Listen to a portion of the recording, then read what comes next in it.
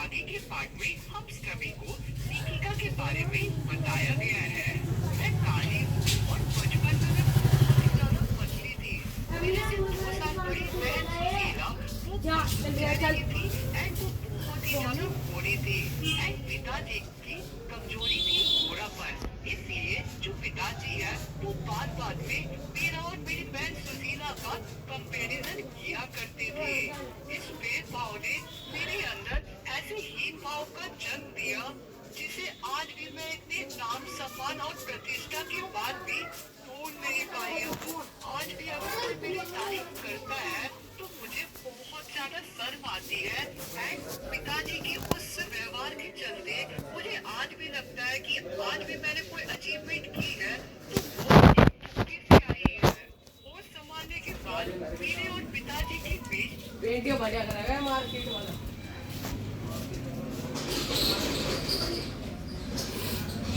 किसी ना किसी बात को लेकर हमेशा से टकरार होती आई है।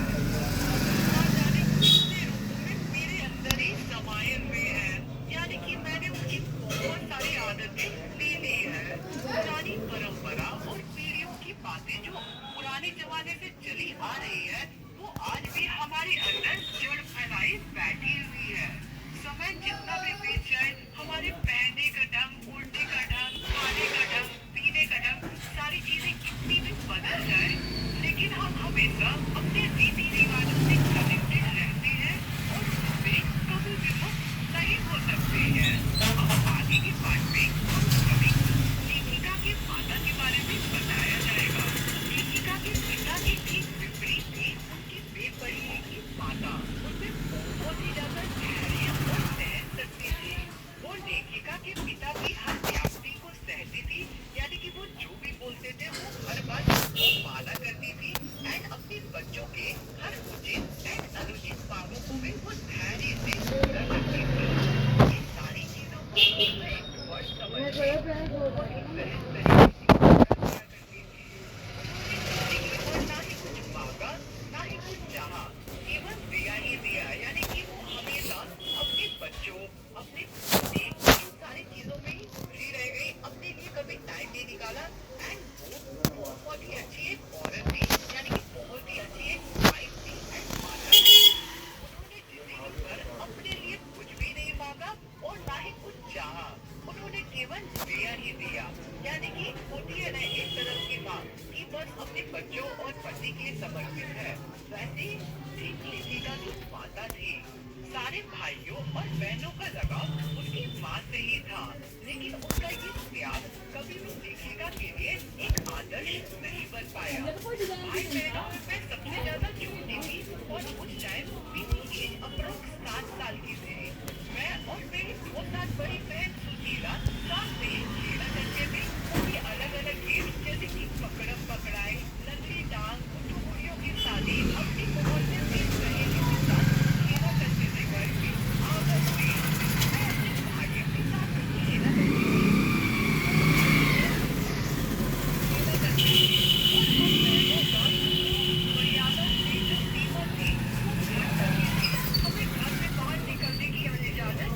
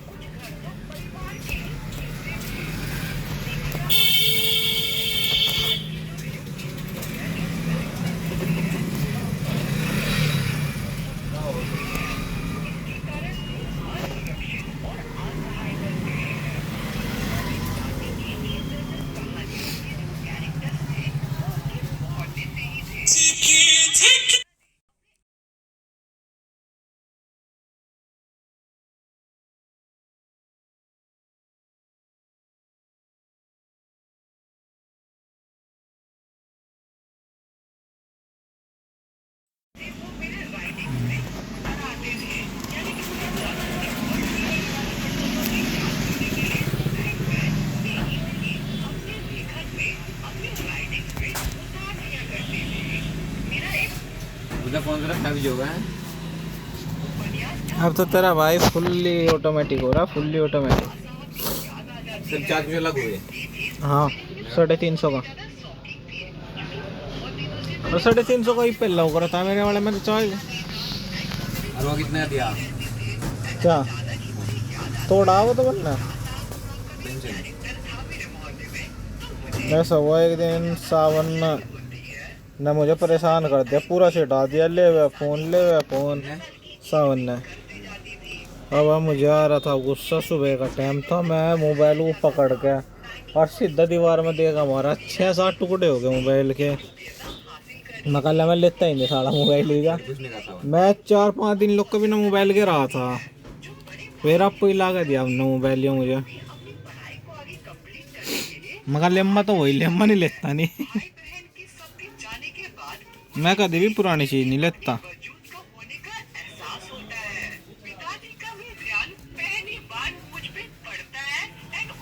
आज लो जो भी चीज ली भाई ना मिली वरना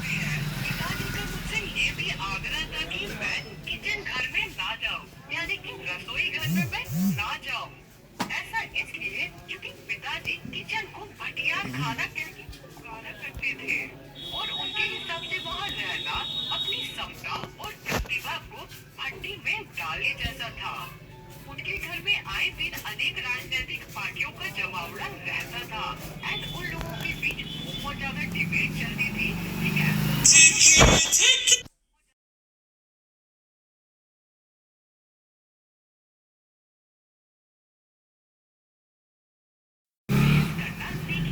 पिता का फेवरेट काम था एंड जब भी लेखिका उन लोगों को चाय देने जाती थी इस बहस के बीच, तो उनके पिता उसे यानी कि लेखिका को वहीं बैठा दिया करते थे एंड वो चाहते थे कि वो भी डिबेट को सुने एंड देश के बारे में अलग अलग चीजों को जाने।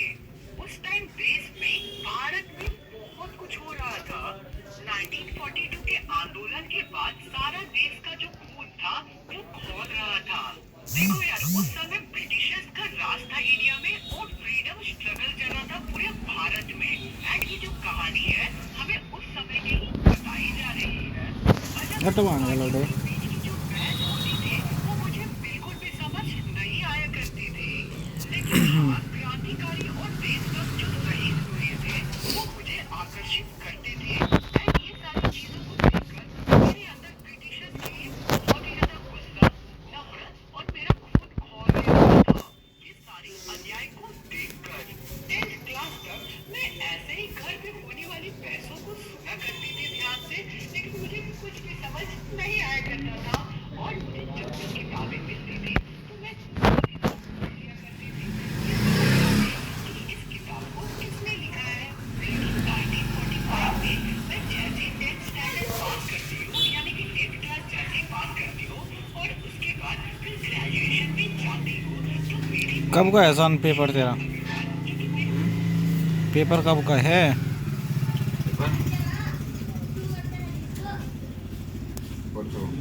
परसों कहाँ से? Silver bag.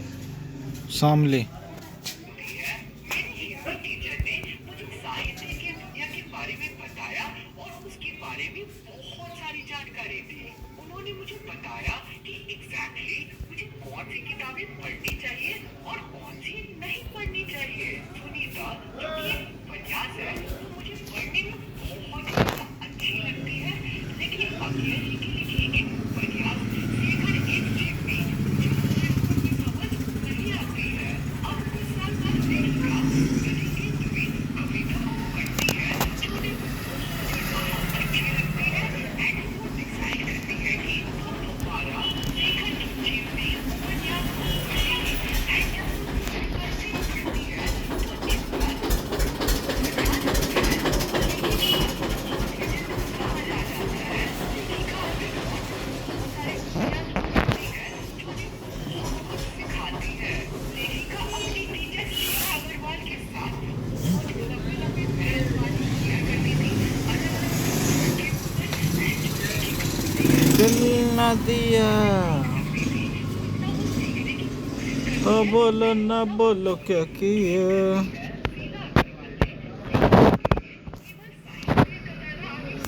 पैर इस पर लगा हुआ है वो भाड़ू पैर नीचे करना नीचे। चलो भाई जी बड़े भाई एक चेंजर दिखा दो। हाँ चेंजर तो आज खत्म हो रहा। हाँ कहीं पे लगाओ। अरे तो मशीन पर ना रास्ता डीपी स्विच लगा दो उस पर तो। अरे यार मैं तो और भी सलाह नहीं दूंगा का डीपी स्विच ना लगाइए। ऐसे है ना को कंपनी का लगाओ 32 एम्पियर का। कोई सा लगा लो। यार थारे ही खराब हो हमारे सब 2 पावर के मोटर है लोग खराब ही नहीं हुआ हमारा तो। वाह भाई क्या बताओ बस ऐसे कोना का था हमारे लावे डीपी स्विच। डोरी लगाओ क्या भी लगाओ था मुझमें। मैंने डोरी में लगा ली 2.5 mm की। 2.5 से मोटी लगाई मैंने शायद 2.5 हाँ 2.5 2 mm की लगा रखी थी। 2 की नहीं 2.5 की चल रहा है। नहीं वो डोरी तो नहीं फूकती अच्छा ना तो स्पार्क हो गए हाँ।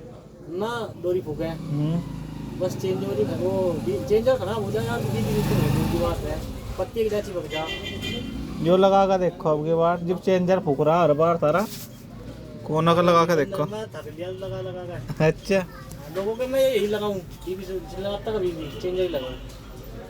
हाँ, हमारा 2 पावर की मोटर है हमारा आलू नहीं खराब हुआ। बाद में दिक्कत नहीं होती यार बात हो है। सही कोई नहीं अगली बार दे देगा तुम्हें।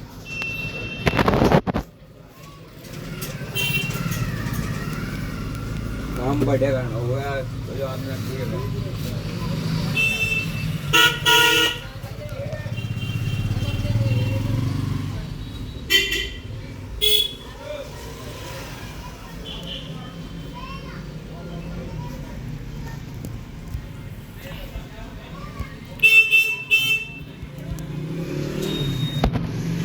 वो भाड़ा लौटा पता नहीं के बम सा फेंक के।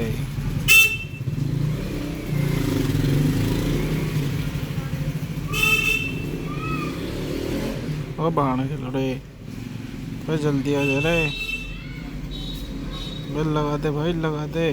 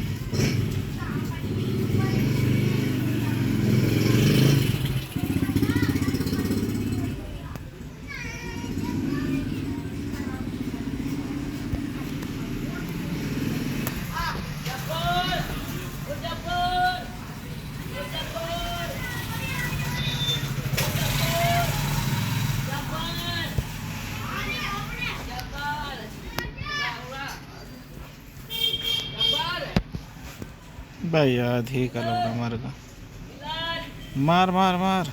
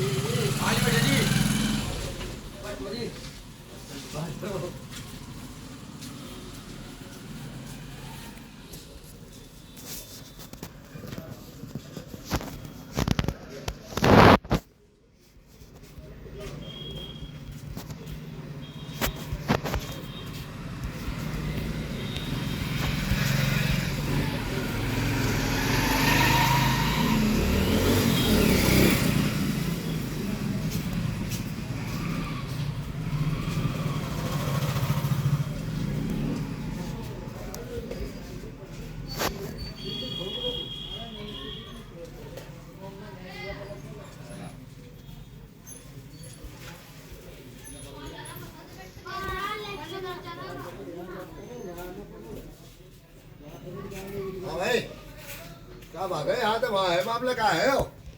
दोपहर के टाइम तो मैं यहीं बैठू। लाए वो दे दे, क्या बताओ? 20 वाली वो दे दे। Tape tape. दे।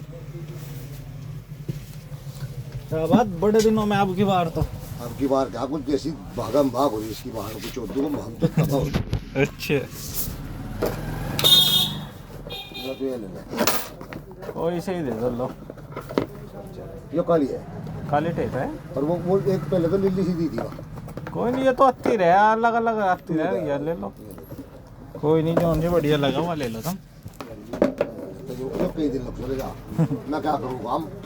रात को उसमें फिट करके चोरी वाले मामले में टेप मार के छोड़ दूँ फिर। सही 2-3 घंटे 4 घंटे चला गए और अपने बाहर भी जाओ। हाँ चलो जी भाई, अब माँ 5-7 दिन में। कोई नहीं, आ जाइए। और यार बताओ। दिमाग बदली घड़ी बात। तेरे नाम का तो स्पेशल आना पड़े, दिमाग बैठ गया बस। कोई नहीं, स्पेशल आ जाएगा। मतलब बोला भी हाँ ले जाओ। रोना गाँव में 50 रुपये, वो 100 रुपये का देना बाहर के लौटे, यहाँ 50 रुपये का। हाँ, और साल भर की गारंटी दिखती है। 1 साल अब है। 1 साल की गारंटी। अच्छा हाँ भाई, एक बात तो बतला दे, कहना कैसा होगा? पंखा के रुपये का भाई? पंखा 1300 रुपये का है, 4000 रुपये लोग का। वो क्या, वो कौन सा पंखा देगा लौटा भाई? 4000 वाला भाई। वो क्या करेगा? वो दुको ड्यूक उठाओगा काम है। ये देखो, ये हरे गत्ते वाला है, ये 4000 रुपये का। बस कंपनी की रेट है, ये अलग अलग और होता क्या, अलग कंपनी अलग रेट। यानी 1500। भाई इसमें पैसे दे दूंगा मैं तेरे, हमें तो ये 1300 वाला ही दे दी थी लौटा। 1300 तो कम हवा में रह लेंगे भाई। हाँ वो इतने बांध भाग के नहीं पंखा चल रहा, उसकी मर्जी स्पीड बढ़ा दी अच्छा उसकी स्पीड इतनी कम है, अक्सर ही हवा लग दिन तड़े। कोई नहीं, वो कैप्सूल सा लगेगा उसमें, मेरे ख्याल तो कितने का हल्का लगा रखा था, छोटा ही। वो उसके हिसाब से लगे ना, पंखे के हिसाब से। अब ज्यादा बड़ा लगा तो पंखा खराब हो जाएगा। और वो तो हवा भी लगती पंखे के बेस्ट होता कोई नहीं, तुम नवा ले लियो पंखा, लगभग 1600-1700 की रेंज का ले लियो, बढ़िया पंखा आ जाएगा। अच्छा हाँ चल, मेरे वो जो पंखा घर लग रहा है उसका तला पड़ता भी डर लगा, अगर किसी वजह से टूट के गिर गया ना जान दे मार देगा। अच्छा, देखा दें तो उसमें 15 किलो वजन है बाहर के लौटे में। कोई नहीं, पंखा बदल दियो तुम। पंखा बदल ही था तोर वो, कोई नहीं, या 14 को 12 पे लगा मल्ली जाकर से 12 पे लगा लो या कबाड़ी में भी। बिजली फूंक भाई, बिजली फूंक। हाँ वहाँ तो ठीक है, 12 पे लगा लियो। हाँ, हमें तो बड़ी सी पकड़ी को यही दी, यही थी। कोई नहीं, बड़ी सी पंखड़ी का दिखा देंगे आपको। चल भाई,